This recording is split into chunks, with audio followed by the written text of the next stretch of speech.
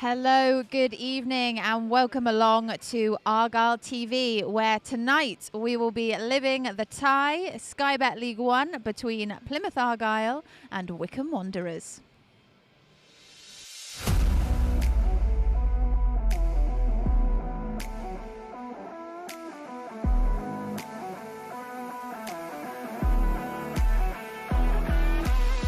Onto his right foot, Ryan Hardy, he finishes!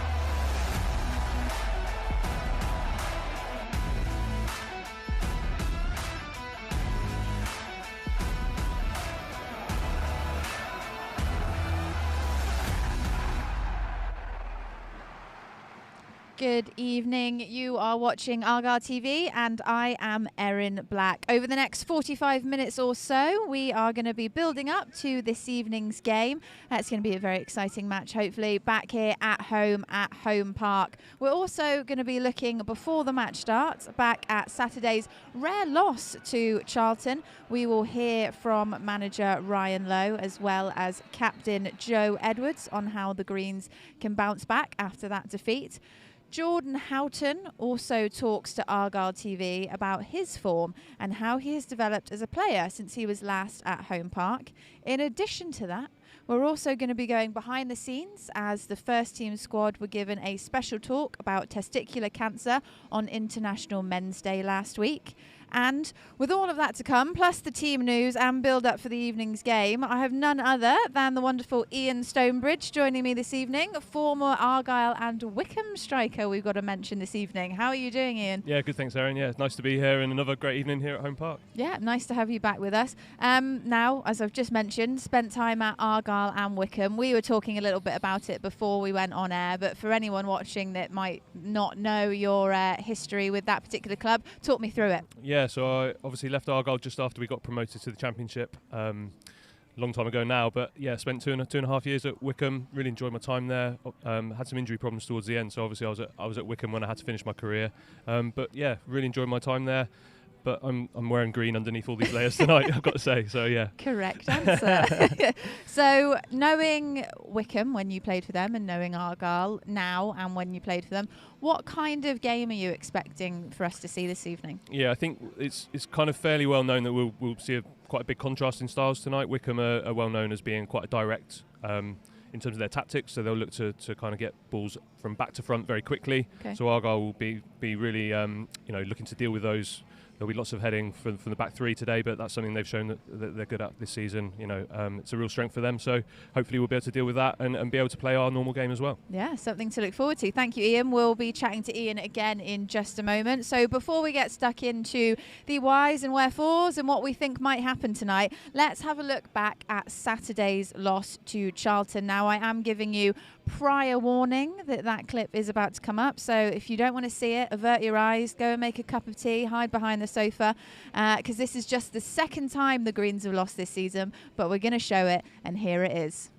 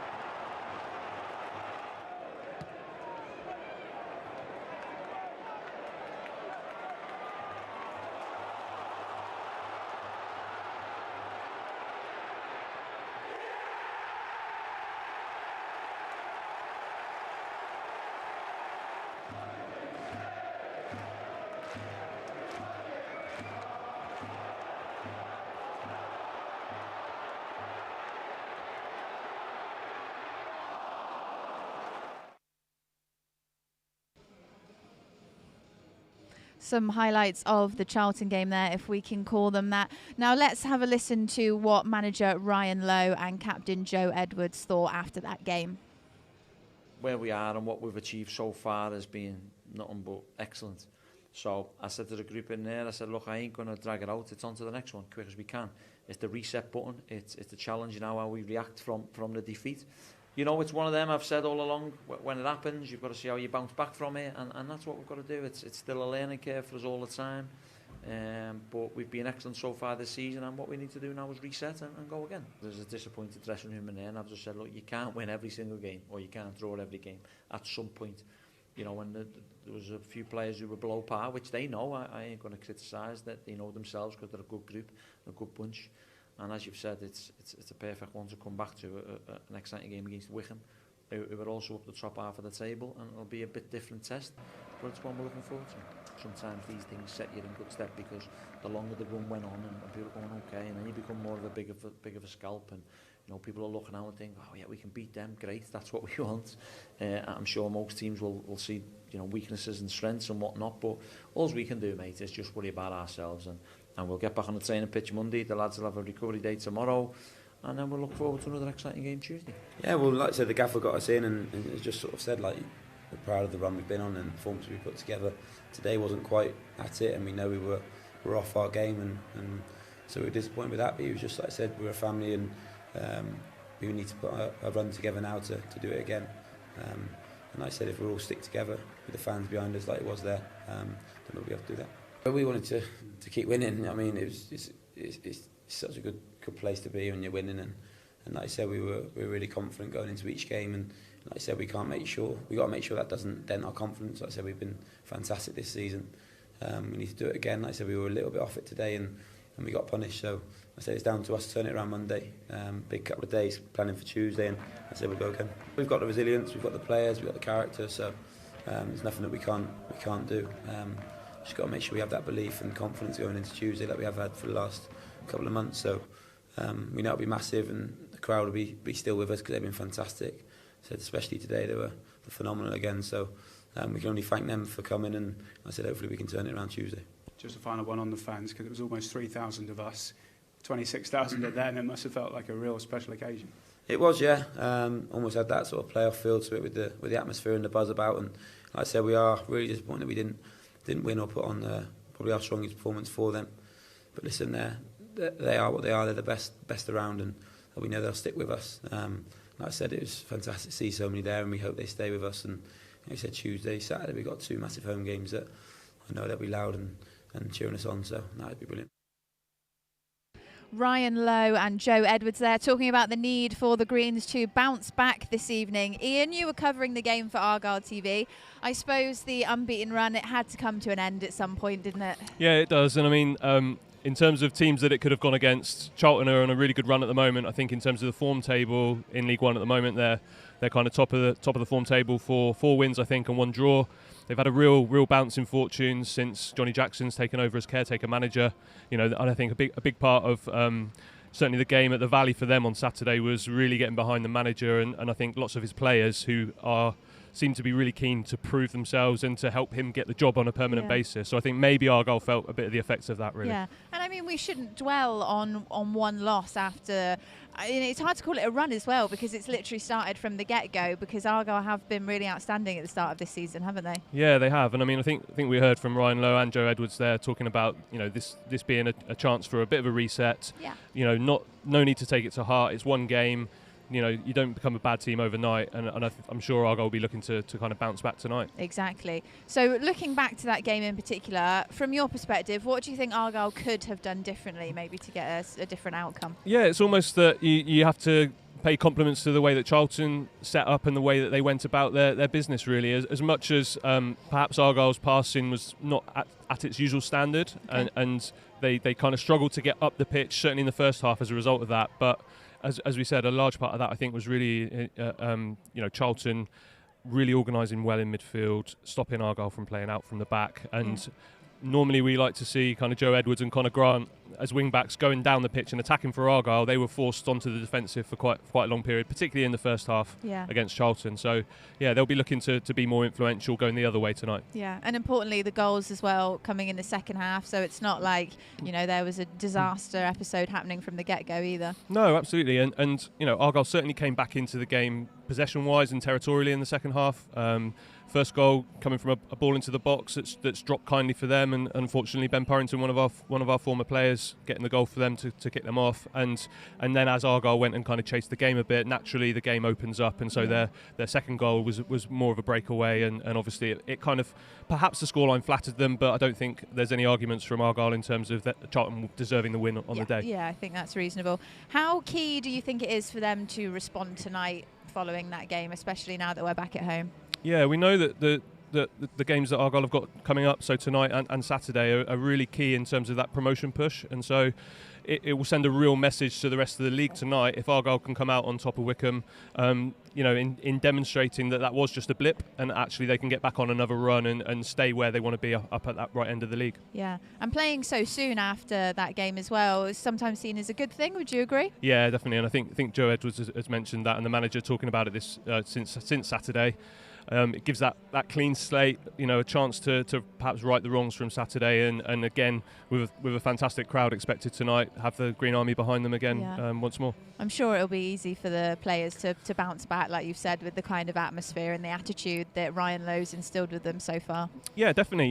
You certainly don't go on a run like they've had without being a really, really good team, and they'll be looking to show that again tonight. So coming back to what we're good at, that passing game that we've seen Argyle use so effectively right up to this point, they'll want to continue with that and hopefully come out on top of Wycombe tonight. Yeah, and it's important to mention that Argyle haven't had a back-to-back loss all season, so hopefully that will continue as well. And if we take a look at the league table now, yes, it was a loss, but very important to mention, Argyle are still top of the table. How important is that, Ian? Yeah, I think it's a great feeling for the team to see themselves on that summit. But I think also, Ryan Lowe's also mentioned that being up there does mean that you're a bit of a target to be shot at, and teams naturally are going to up their game when they come to visit and when they're up against Argyle. So again, there's no harm in having that slight blip, but they'll obviously want to get back to winning ways. It's quite congested up at the top of that table. There's a couple of teams with games in hand over Argyle. So the league table could look slightly different, in a few weeks' time, but hopefully we'll still see Argyle up there with a couple of positive results tonight and Saturday. Yeah, I mean, tonight's game and the next game, Wycombe and Wigan, I've got to make sure I differentiate because they're quite close together, but both sides just below them, so it will be quite key, these games coming up. Yeah, there's a lot of teams in and around it that seem to have the capabilities to really push for promotion this season, and as we've said, Argyle have shown through the early part of this year that they absolutely deserve to be where they are in the league, and they'll want to kind of continue developing that as the season progresses. Yeah, and a lot of the clubs below Argyle have a couple of games in hand. Is that a help or a hindrance? Yeah, it's always a tricky one. I think maybe at this time in the season you can look at that and see that there's games in the bank and there's a chance for them to overtake Argyle perhaps if they win them and get the points on the board, but sometimes, having those points already up there and Argyle sitting on top of the league, that can be valuable, particularly as games become more congested. So, they'll have to play games like that Saturday, Tuesday with perhaps slightly less rest in between the games. So that might play in Argyle's favour. Yeah, hopefully. Let's have a look at the team news now then, which me and Ian have both got in front of us. So just switch my slightly frozen hands to get ready to read them out. Should be bringing it up on the screen for you. So let's read out Argyle's starting 11. In goal, we have Michael Cooper. And then also on the pitch tonight, Jordan Houghton wearing the number 4 shirt. James Wilson, number 5. Dan Scarr, number 6. Captain Joe Edwards wearing the number 8. Ryan Hardy, number 9, Danny Mayer, 10, Connor Grant, 15, Brendan Galloway, 22, Panucci Kamara, 28, Luke Jeffcott, 31, and then we've got the likes of Ryan Broom, Jordan Garrick, Kieran Agard, Adam Randall and George Cooper on the bench. What do you make of the lineup that you see so far. Ian, you said there's a couple of changes. Yeah, so 3 previous. changes in the team since Saturday. Brendan Galloway obviously coming back on the left-hand side of the back 3 in place of Macaulay Gillespie. Danny Mayer coming in for Ryan Broom, which is perhaps an interesting change. When he came on Saturday, I felt Danny Mayer perhaps helped us get on the ball and develop possession the way that Argyle would like to. So maybe that's Ryan Lowe's thinking in terms of including him from the start tonight. And obviously the return of Luke Jeffcott up front. He's been away on international duty. Yeah. And, Jordan Garrick and Ryan Hardy have been a real threat up there. But perhaps the strength of Luke Jeffcott this season in terms of holding the ball up, helping Argyle to get up the pitch. It's been a real feature of his play, and I think it was something they perhaps missed slightly on Saturday. Yeah, you'd say it's no surprises really that Luke Jeffcott and Brendan Galloway have both come back into the starting lineup. Not really, though. Although we've got really able deputies. In Gillespie and Jordan Garrick in particular has stated his claim. He's scored some goals. Yeah. Since he's been used up front as a striker. And he has been really effective at times. So they'll be itching to contribute to the game as well if they get a chance to get on from the bench today. Yeah, and this is the first time, of course, the last match since Rotherham that we've actually failed to score in a league game. So hopefully, bringing back the likes of Luke Jeffcott and everything, that might change our path tonight, so we don't see a repeat. Yeah, absolutely, and I think the inclusion of Danny Mayer from the start is a signal that they're looking for that creativity and that real impact on the game from him, and that's something that having not been as involved in the first part of Argyle season this year, I'm sure he'll be itching to really be influential for Argyle tonight. Yeah, and Jordan Garrick scored 2 against Sheffield Wednesday here. Oh, there he is, the man of the moment. It's Pilgrim Pete. Nice to see you, Pete. Off you go, do your rounds. There he is, waving at the away fans. Classic Pete. Where were we? Oh yes, we were talking about football. So yes, as I was saying, Jordan Garrick scored 2 here against Sheffield Wednesday in the last time they played. Do you feel that Jeffcott and Hardy are the best pairing? I don't think I would go as far as to say the best pairing. They've certainly complemented each other well at various points this season. But as we said, it would be unfair on Jordan Garrick to not recognise his contribution as well. Yeah. Perhaps it's that combination of Luke Jeffcott's hold-up play and coming slightly short, linking up the play to help Argyle get up the pitch. Yeah. And then obviously Ryan Hardy with his pace being able to stretch and threaten the Wycombe backline that might be a feature tonight. And just a quick word then as well on George Cooper, who is back on the sheet after 11 months out.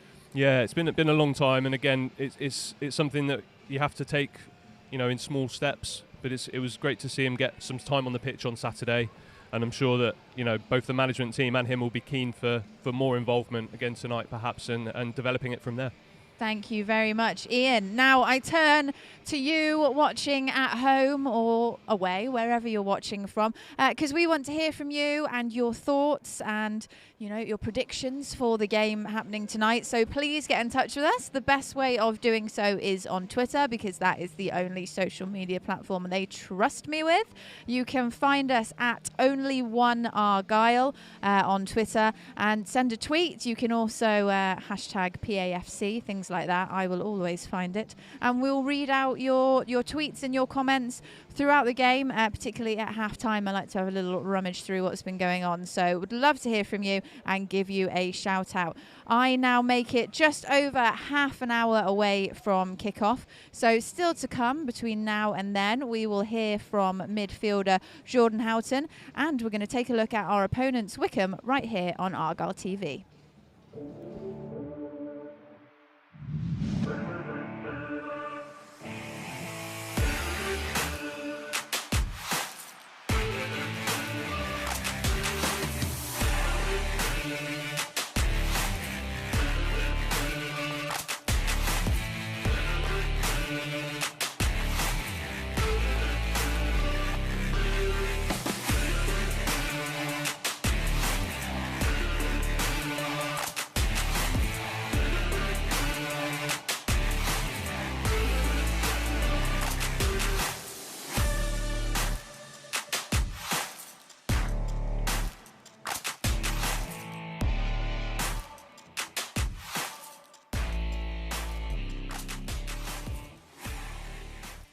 You are watching Argyle TV. Now, it's time to have a little look at some of the news happening elsewhere around the club this evening. And unfortunately, it's some sad news that we begin on. You probably saw in the news that Graham Little passed away over the weekend. Graham is revered at Home Park as one of the club's greatest ever administrators. He oversaw a period of over 25 years here at his role at Argyle between 1965 and 1991.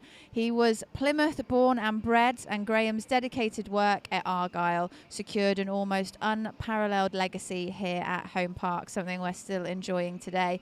He will be sorely missed, and the thoughts of the Argyle community are with Graham's family and his friends at this time. In other news, Argyle women have made it through to the second round of the FA Cup with a thumping 5-3 win over Keynsham Town.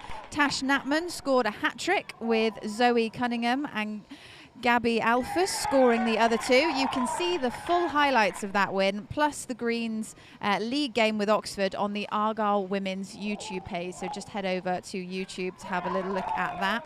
And in other good news, we also had some positive word from the academy last week. So the under-18 side, they swept past MK Dons under-18s to reach the second round of the FA Youth Cup.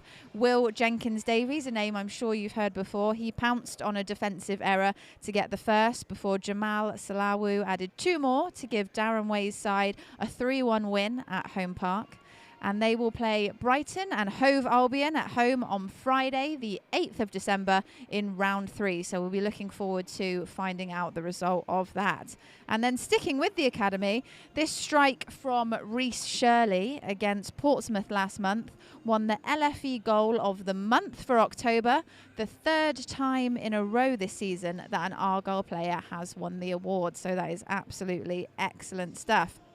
Now, mentioned it a little bit earlier on in our Argyle TV segment. Last week, our charity partner and male cancer charity, Dash of Silver, made a special visit to Home Park as part of the activities marking International Men's Day, which was last Friday. Their founder, Dan Silver, who was diagnosed with testicular cancer back in 2009, came in to give the first team an interactive talk. So we invited Dash of Silver in, who's a charity partner of ourselves, in to see the first team. We had a sit-down little meeting and a presentation about testicular cancer. It was very insightful for the lads. I think all the boys joined in and said, yeah, it was insightful. I think for myself personally, it was something that some of the props were used and things like that. I think it was saying that isn't done enough in football, and I think it was great to have Dash of Silver in and to come and do that and present that. I talked about the battle of cancer, my diagnosis, what the charity's been up to, and how to engage the players to learn how to self-examine and what to look out for. And also we had like a first team exercise where they examined some props to look for lumps and discomfort in testicles. Obviously it's been my dream to obviously work with the football club because I'm a massive Argyle fan, to give them this opportunity with the charity. It's something we're proud of, and I think it's important we work together to engage each other and, you know, to create more awareness of self-examination, and that's the most important thing, self-examine. We never speak about it. We don't, check probably as much as we should, and it's not really a common conversation that we have. So to have Dan to come in and share his experience and the stuff he's been through, and share that with us is massive. So we're thankful for him coming in, and like I said, if he can help us to chat more and things like that, would be brilliant. Yeah, well, like I said, no one can be too brave. Do you know what I mean? There's not a such thing as being too brave these days. And like I said, if you find something you're unsure of, even if it could be nothing, go and get yourself checked out. And like I said, you'd rather have nothing and have it checked out rather than worry and leave it to fester. And like I said, probably if the longer you leave it, the worse it'll be. So yeah, like I said, especially from what we've learned there and what I know in general, if you do find something or you feel something that you're not sure about, ask a question. You never know what will happen.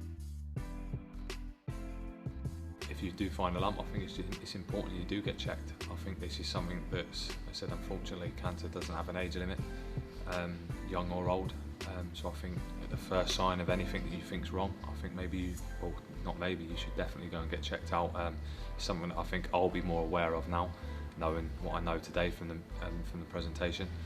So the first hand or first chance I get, if there is anything like that, I would go and get checked, and I'd advise everyone to do the same. And if you yourself have any concerns, please do not hesitate to contact your GP immediately or get in touch with the NHS website. It is always better to be safe than sorry, so please do check yourselves. Now let's hear from Jordan Houghton, shall we? The midfielder has been an instrumental player so far this season after arriving from MK Dons in the summer, 5 years after his first spell at the club. He spoke to Charlie Price for Argyle TV. In terms of the squad, I feel like it's a bit of a brotherhood in terms of everyone kind of buying into the same thing and everyone getting on, and that can only help when you go out on the pitch because everyone's going in the same direction.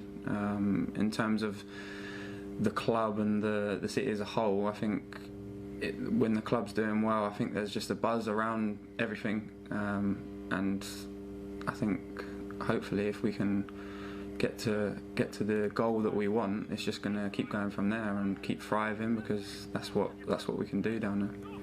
Let's talk a bit about you and the way you're playing at the moment, because a lot of people probably have you as one of the star performers in the squad at the moment, which amongst this squad's pretty impressive because everybody's been on top of their games. Would you say it's kind of one of the best periods in your career so far, do you think?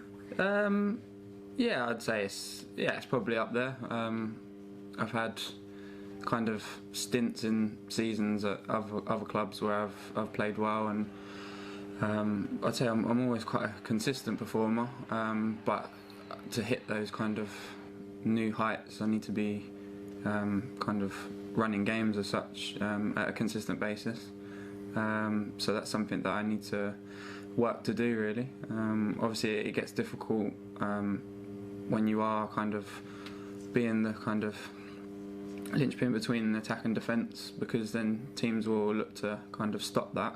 I think it's quite a not easy position to stop, but an easy thing to pinpoint in other teams in that kind of holding midfield role. You can put like a number 10 or a man marker kind of there, and it does make it difficult to get more on the ball. So it's just down to me and the coaching staff as well to look at it and try and find different ways really to dictate play and carry on really. What would you say are the key kind of skills for that position? Because as you said, if you are marked in there, you know, it's not just you dictating the play in terms of passing and stuff. It's kind of about controlling it, shielding the ball, not giving it away in kind of a vulnerable position, isn't it? Yeah, I think that's quite a big part. Quite a lot of the times you'll get the ball in there with a player right up your backside. So you've got to know what's around you. You've got to be able to receive the ball well under pressure. I've learnt when I was a young kid, I didn't really use my body very well, and going out on loan taught me to use my body and put it in positions where the attacker can't get the ball, and you either get fouls or you can manipulate the ball and move it around them. So I think they're big things in that position. But I think as well you need to be communicating a lot and organising around you. If the game isn't flowing through you as much, you've got to try and get on it, or at least there was periods at Accrington where the guy was man marking me so close, I was just moving in positions where it created space for other people, or James Wilson to step into a lot, or him to pass into Jordan Garrett who was coming in deep, and so it's just a kind of trying to solve issues really on the pitch. So yeah. I mention it because I don't know whether you saw the chairman, Simon Hallett, tweeted after that game. He said, yeah, the finish from Ryan Broom was good, but how about Jordan Houghton in the build-up? I think he done well to take some credit off previous there, didn't he? I know everything else. I'd like to take all the credit for that, but no, he's whipped in a great goal.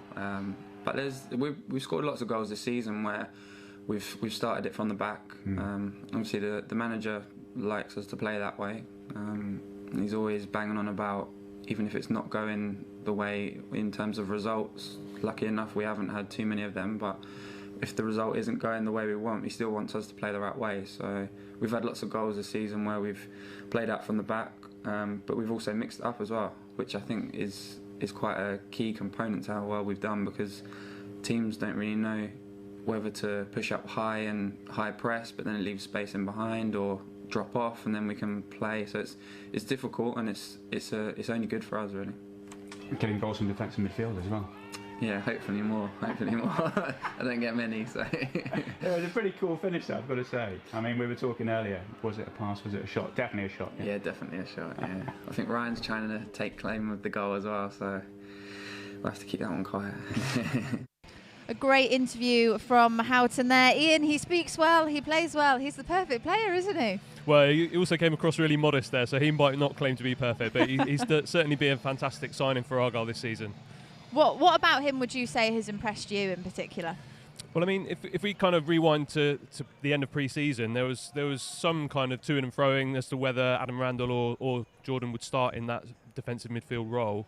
Obviously, Ryan Lowe and the coaching team started with Houghton that first game of the season, and he hasn't really looked back. Really strong in possession, able to use his body really, really effectively to shield it from opponents, and that's been really key in helping Argyle to develop possession in the way that they want to out from the back. Yeah. How important is that defensive midfield position in general in football, and then in particular for the way that Argyle are playing at the moment? Yeah, it's a role that's developed, significantly over the years, but at the moment, and particularly for Argyle, it's really vital, because if they're going to play, attacking football that involves lots and lots of passing, that involves Connor Grant and Joe Edwards, who are normally the wing backs getting forward a lot. Yeah. You can't afford to leave the defence completely exposed. So, part of Jordan Houghton's role is to make sure that he offers that protection to the back three, so that if Argyle are caught on a counter-attack, he's there to kind of screen passes into their strikers and really offer that insurance policy at the back. Many people have noticed as well over the season that we've had so far that Argyle really seem to have picked up on their kind of defensive elements. And like you said, is that something that you think has become clear with this team? Definitely. I mean, we've obviously added, several new defenders, and they've all been really, really effective, perhaps in comparison to how our defence was at the end of last season. But even though Jordan Houghton plays in midfield, he's a key part of that defensive unit. We talk about that spine of the team being really, really strong. Dan Scar often playing in the centre of that back three, with Jordan Houghton in front of him, and the other defenders either side has been a really strong feature of Argyle, and they'll definitely need that tonight as well. Yeah, and one of the other players we've got to mention in that mix-up is, of course, Adam Randall. We saw how good he was against Ipswich before, so to keep him out of the team this evening, it's quite an interesting option. Yeah, I mean, I was delighted that Adam got the nod to play in the game against Ipswich. It was really a huge game for Argyle, the run they were on, and also at that stage in the season. And perhaps the management team had some options in terms of reshuffling the team and perhaps going with someone more experienced. They gave Adam the nod, and obviously he showed everyone what he could do. So it's fantastic for the team to have that Adam as a deputy, if you like, to Jordan Houghton. But at the moment, it's probably spurred Jordan Houghton on to hit even higher standards, knowing that he's got Adam lining up behind him, ready to knock on the door and take his place if he's not right on his game.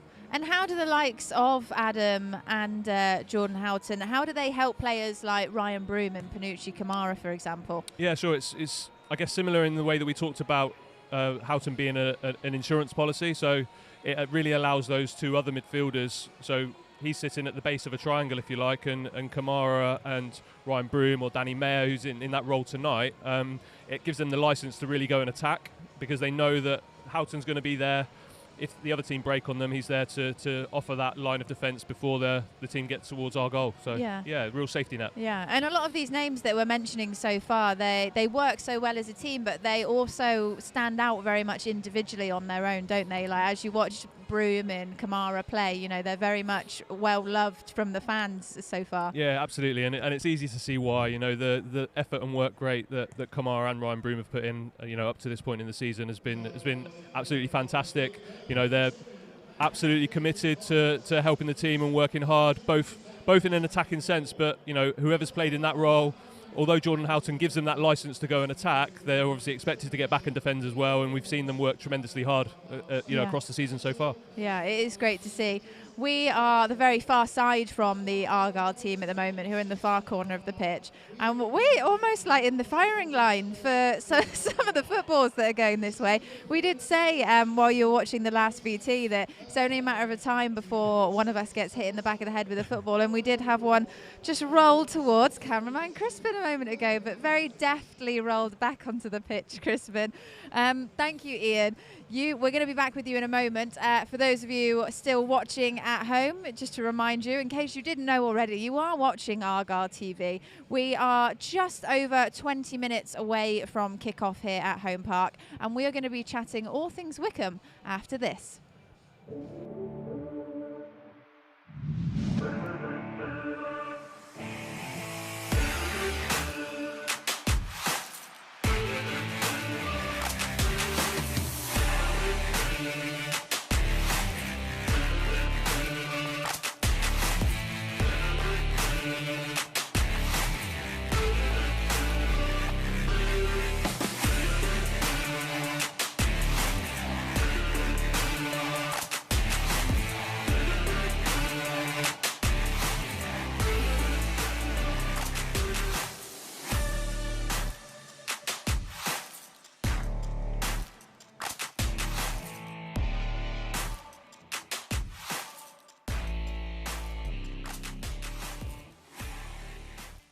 On to our opponents this evening, Wycombe Wanderers. We will be taking them on at 7:45, so not long to go until kick-off at all now. Let's have a little more of an in-depth look at them and their most recent game, where they stopped the rot of 3 straight defeats when they beat Bolton at the weekend. Here are the highlights from that game.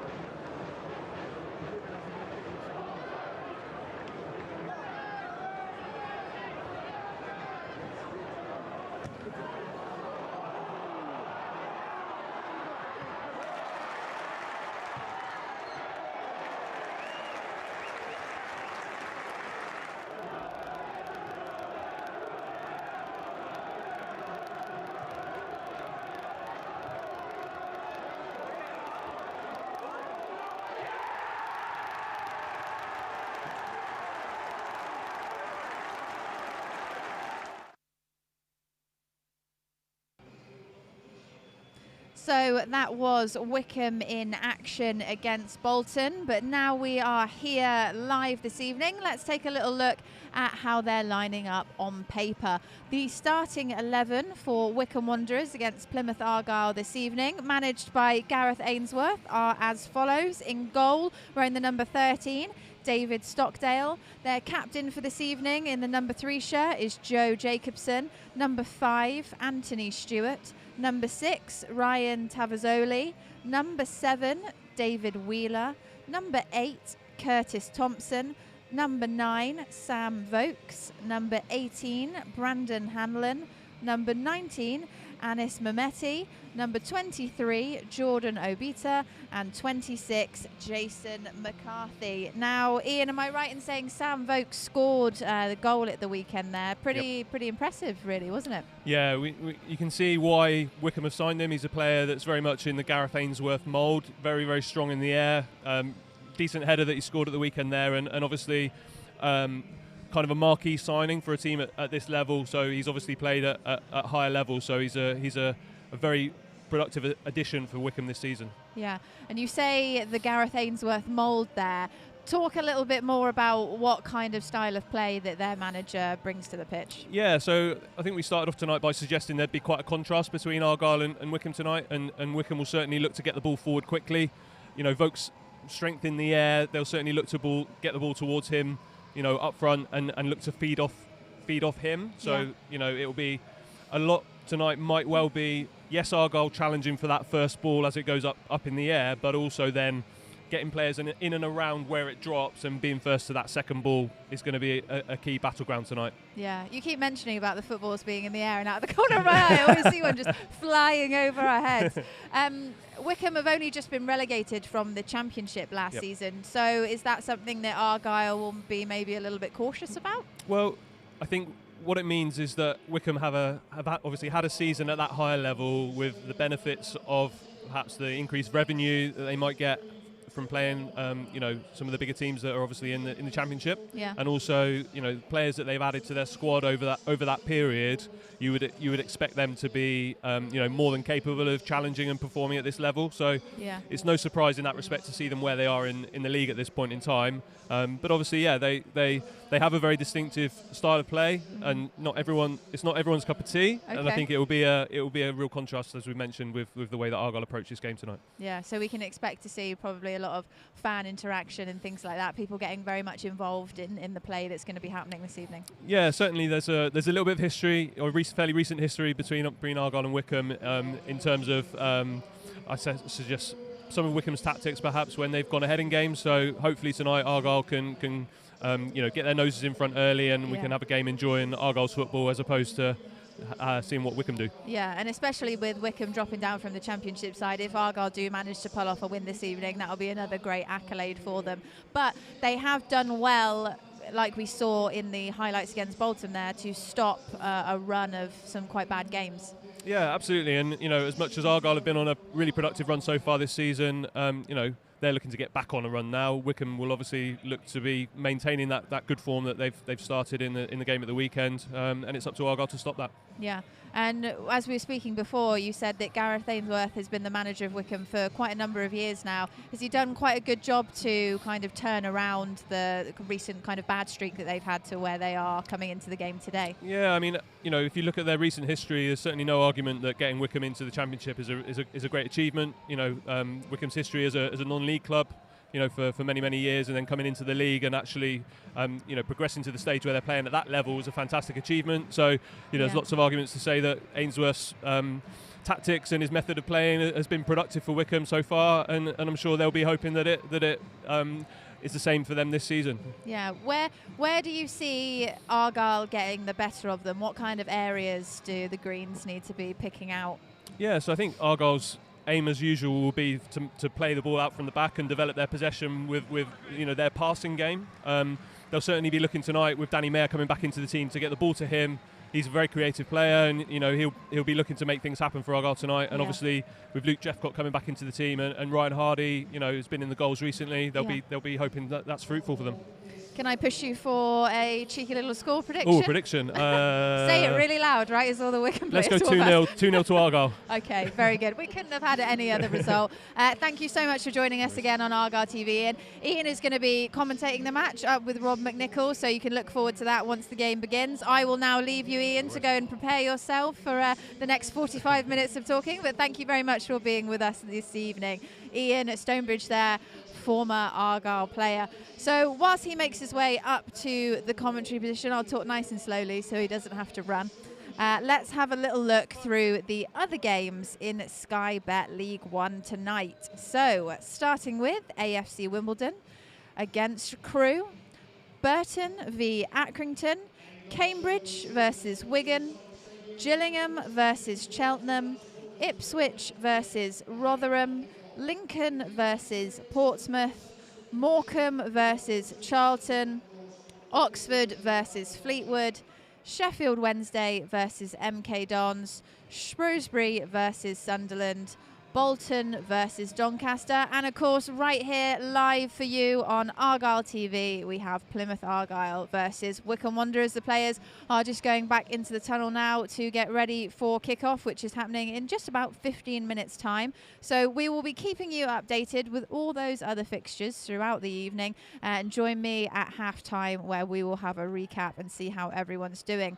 Now, before I hand you over to Ian and Rob up in the commentary box, we are delighted to have teamed up with the online food order and delivery service, Uber Eats, very nicely accompanied by a bit of music and lights here.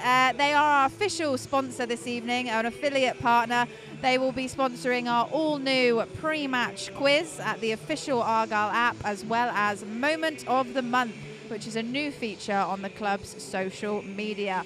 To kick off the partnership, Argyle fans can download the app and you can receive £10 off your first order when you spend a minimum of £15. All you got to do is use the code Argyle10, Pilgrim Pete's back having a little rave, when ordering, and that is how you get your special discount. Well, I think that's enough for me, seeing as all the music and lights are happening. So let's hand over to Rob and Ian very shortly, just before I get run over by a goalpost as well. So thank you very much for watching Argyle TV. I'll see you again at halftime. It's Argyle against Wycombe Wanderers.